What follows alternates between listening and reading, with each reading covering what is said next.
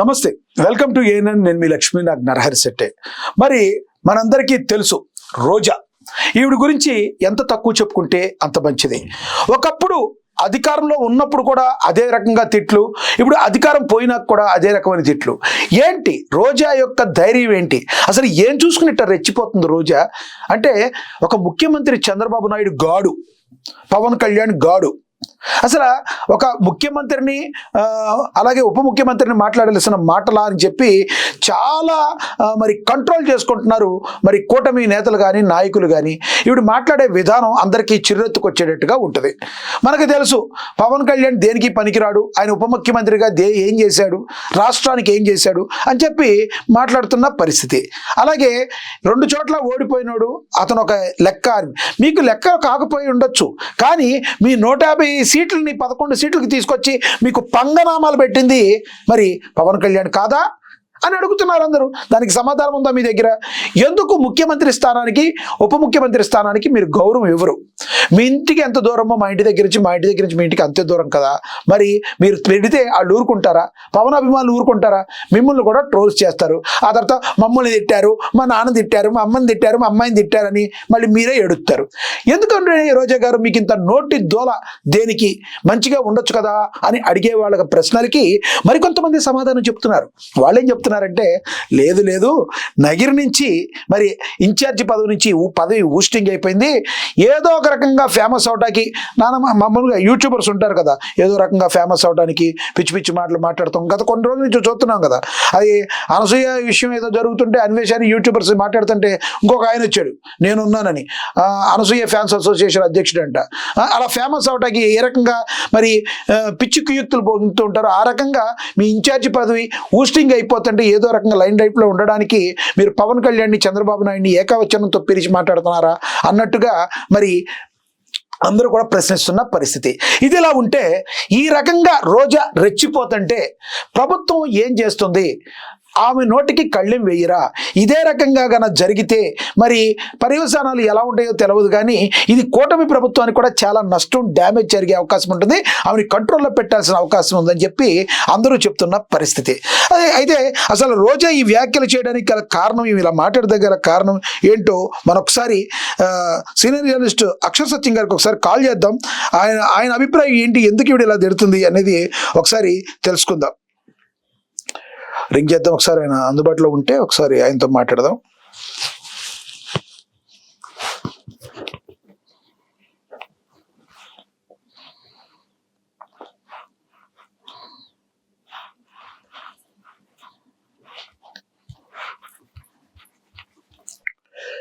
రోజా గారు ఈ రకంగా మాట్లాడటాన్ని ఎవరు కూడా హర్షించరు, నెంబర్ 1.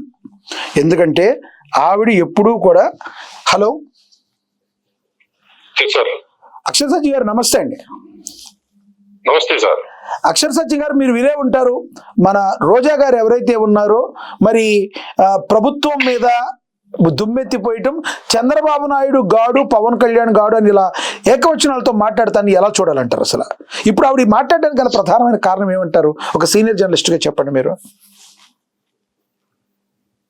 చంద్రబాబు నాయుడు గాడు అంటే మరి అయితే చంద్రబాబు నాయుడు గాడు కింద పనిచేసింది కదా ఆమె. సైకిల్ తొక్కుకుంటూ ఖర్చా చేసుకుని సైకిల్ తొక్కుకుంటూ చంద్రబాబు నాయుడే దేవుడు, చంద్రబాబు నాయుడు ముఖ్యమంత్రి అవ్వాలి, రాజశేఖర రెడ్డి కొడుకు ఫ్యాక్షనిస్టులు అని విమర్శలు చేస్తూ తెలుగుదేశం కింద పనిచేసినట్టు ఆమెకు తెలియదా చంద్రబాబు నాయుడు గాడు అన్న విషయం? ఆమె తెలుగుదేశంలో ఉన్నప్పుడేమో రాజశేఖర రెడ్డిని తిట్టింది, రాజశేఖర రెడ్డి పార్టీలో ఉన్నప్పుడేమో తెలుగుదేశాన్ని తిడుతుంది. రేపు పొద్దున ఏ బీజేపీలోకి వెళ్తే మళ్ళీ జగన్ తిడుతుంది. ఆమె మాటగా విలువ పాడు ఏమన్నా ఉంటుందా? నన్ను రేపు చేస్తామన్న మనిషి, ఇలా ఏలు చూపించిన మనిషి, నోట్ల ఐస్ ఫ్రూట్ అన్న మనిషి, ఆమెకి వాల్యూస్ ఏమన్నా మనిషి. ఏం చెప్తామండి? ఏ రాజకీయ పార్టీ ఉంటే ఆ రన్లో ఒక మహిళను కూడా తెలుసుకోకుండా ఇప్పుడు రాజకీయ విమర్శలు చేయొచ్చు, ఖచ్చితంగా చెయ్యాలి. ప్రతిపక్షం వాళ్ళు అనేవాళ్ళు అధికార పార్టీ మీద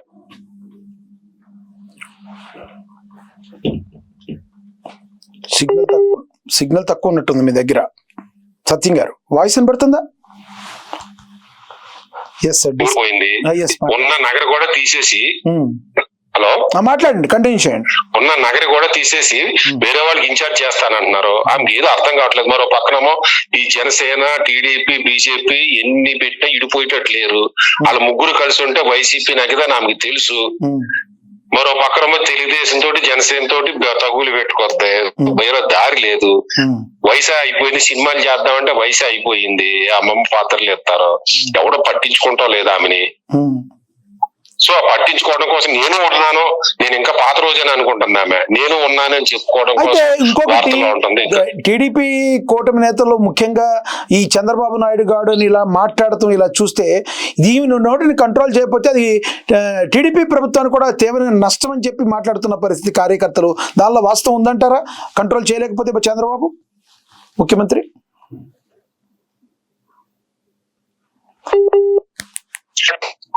మన వైసీపీ ఓడిపోవడానికి కారణం ఏంటంటే, హలో వినపడుతుంది, చెప్పండి ప్లీజ్. మొన్న వైసీపీ ఓడిపోవడానికి కారణం ఒక రోజా, ఒక పేరుని. మీ దగ్గర ఏదో డిస్టర్బెన్స్ వస్తుంది సత్యం గారు. మీకేదో కాల్ వస్తుందా? మీకేదన్నా? ఎస్, అక్షర్ సత్యం గారు, ఒకసారి కట్ చేసి చేద్దాం. ఈయనకి ఏదో డిస్టర్బెన్స్ వస్తుంది ఆయన దగ్గర.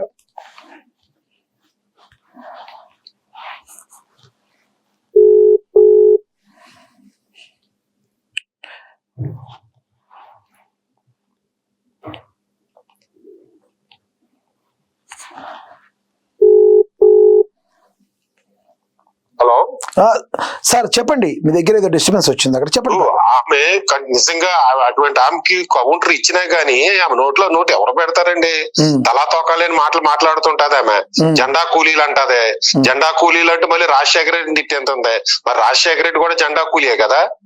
కేసీఆర్ తో పొత్తు పెట్టుకున్న రాజశేఖర రెడ్డి జెండా కూలీయే కదా. రాజశేఖర రెడ్డి టీఆర్ఎస్ జెండా మోయకుండా ఉంటే కాంగ్రెస్ అధికారంలోకి వచ్చిండేదా? రాజశేఖర రెడ్డి ముఖ్యమంత్రి అయ్యి ఉండేవాడా? లేదా ఇన్ని కోట్లు సంపాదించుకునే అవకాశం జగన్మోహన్ రెడ్డికి వచ్చి ఉండేదా? లేకపోతే ఈ రోజు జగన్మోహన్ రెడ్డి పార్టీ పెట్టి సీఎం అయ్యి ఉండేవాడా? కేసీఆర్ జెండా కూలి కాంగ్రెస్ జెండా మోయకుండా ఉంటే టీఆర్ఎస్ పార్టీ బతికి పట్టకట్టు ఉండేదా? లేకపోతే నిన్న తెలంగాణ ఏర్పాటు ఉండేదా? కేసీఆర్ 2 సార్లు ముఖ్యమంత్రి అయ్యి ఉండేవాడా? చివరిగా చెప్పండి సత్యం గారు, అసలు రోజా ఇలాంటి వ్యాఖ్యలు, చౌకబారు వ్యాఖ్యలు చేయడాన్ని అసలు చేయడానికి గల ప్రధాన కారణం ఏంటంటారు? అసలు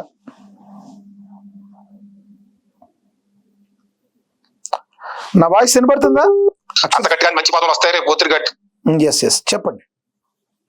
ఇప్పుడు ఎంత గట్టిగా తిడితే అంత గుర్తింపు వస్తుందనే నమ్మకం ఆమెకి. అదే పార్టీ అధ్యక్షుడు తిట్టి, జగన్మోహన్ రెడ్డి గారు తిట్టి, ఏంటి నువ్వేం మాట్లాడుతున్నావు, ఏదైనా విలువైన ఇప్పుడు నువ్వు జెండా కూలి అంటే వాళ్ళు నా నాన్న కూడా తిట్టేంతున్నావు, నువ్వు చచ్చిపోయిన మా నాన్న ఎందుకు తిట్టేంతాను, నువ్వు నోరు అదుపులో పెట్టుకొని అన్నాడు అనుకోండి, రెండోసారి మీరు చచ్చిపోయిన మా నాన్న ఎందుకు తిట్టిస్తావు అంటే ఇంకొకటి వచ్చింది మనకి గుర్తుకొచ్చింది.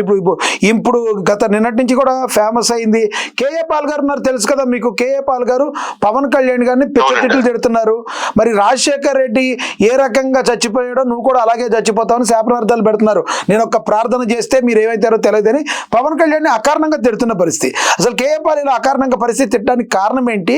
రాజశేఖర్ రెడ్డి చచ్చిపోయినట్టు చచ్చిపోతావు. ఎస్ చెప్పండి సార్. ఇప్పుడు రాజశేఖర రెడ్డి గారు ముఖ్యమంత్రి 2004లో ముఖ్యమంత్రి కాకనంత వరకు కేఏ పాల్ ఒక ప్రముఖ వ్యక్తి ప్రపంచంలో. అవును, చెప్పండి. అనేక దేశాన్ని ఇన్ఫ్లుయెన్స్ చేసే వ్యక్తి కేఏ పాల్. రైట్. రాజశేఖర రెడ్డి ముఖ్యమంత్రి అయిన తర్వాత అతను పతనం స్టార్ట్ అయింది. దానికి కారణం ఎవరన్నది కేఏ పాల్ కూడా తెలుసు.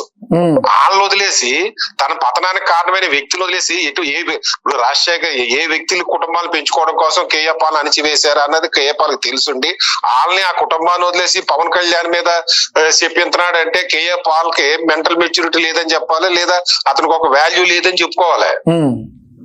లేదు కేఏ పాల్ కి అంత శాపనార్థాలు అంత గట్టోడైతే తన నేను ఒక ప్రార్థన చేశానంటే రాజశేఖర రెడ్డి ఎట్టా చచ్చిపోయాడో నువ్వు కూడా అలా చచ్చిపోతావు.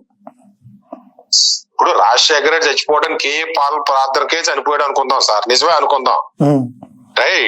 ఇప్పుడు మరి అంత ఇప్పుడు దేవుడితో సమానమే కదా. మరి అంత దేవుడు అనేవాడు అయితే అంత ఉన్నత స్థాయిలో ఉన్న వ్యక్తి పతనం ఎందుకు అయిపోయాడు అన్న కిందకి కేఏ పాల్ మాటలంటే ఏదో మెంటల్ బ్యాలెన్స్ లేని వ్యక్తి మాటలు అంటారు. ఆ బతుకు దిగజారిపోయిన కారణం ఏంటి?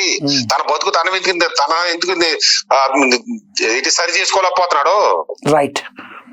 ఇవాళ పిచ్చోళ్ళ మాట్లాడడానికి కారణం ఏంటి? తన పార్టీకి వస్తే కనీసం 1000 ఓట్లు కూడా రాలేదు కదా, మరి దేవుడే కదా 10,000 ఓట్లు తెచ్చుకోవచ్చు కదా.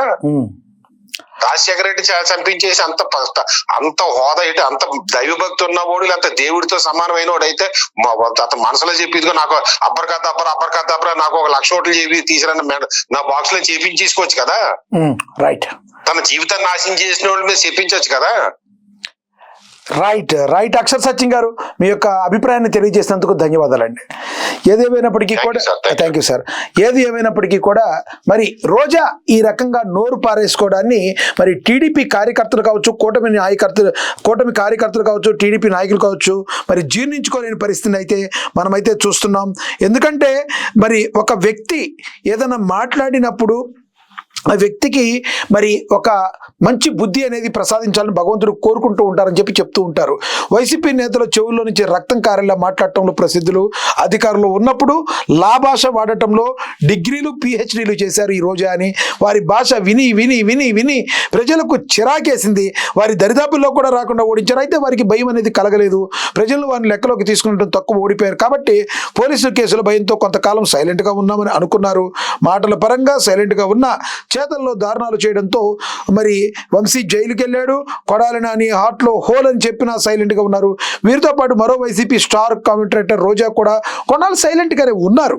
కానీ ఇప్పుడు ఆమె వారిద్దరికంటే కూడా ముందుకు వచ్చి దూసుకెళ్ళిపోతున్నారు.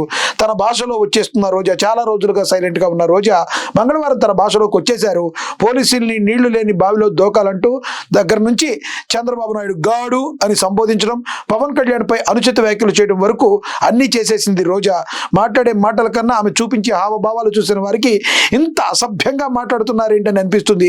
మంత్రిగా ఉన్నప్పుడు జగన్మోహన్ రెడ్డిని మెప్పించడానికి ఇలాంటి మాటలు మాట్లాడారని అనుకున్నారు. కానీ సహజమైన శైలి అనుకున్నట్లుగా ఇప్పుడు మరోసారి రెచ్చిపోతున్నారు. అసభ్య వ్యాఖ్యలతో తనదైన మార్పు చూపించేందుకు రంగంలోకి దిగిపోతున్నారు. ఎంత అవినీతి చేసినా పట్టించుకోలేదనే ధీమా కూడా ఉందని చెప్పి రకరకాలుగా మాట్లాడుతున్న పరిస్థితి. మరి ఈ రోజా ఏ రకంగా మాట్లాడడానికి మీరేమనుకుంటున్నారో కింద కమెంట్ బాక్స్ రూపంలో కమెంట్ చేయండి. ఇది వాటి స్పెషల్.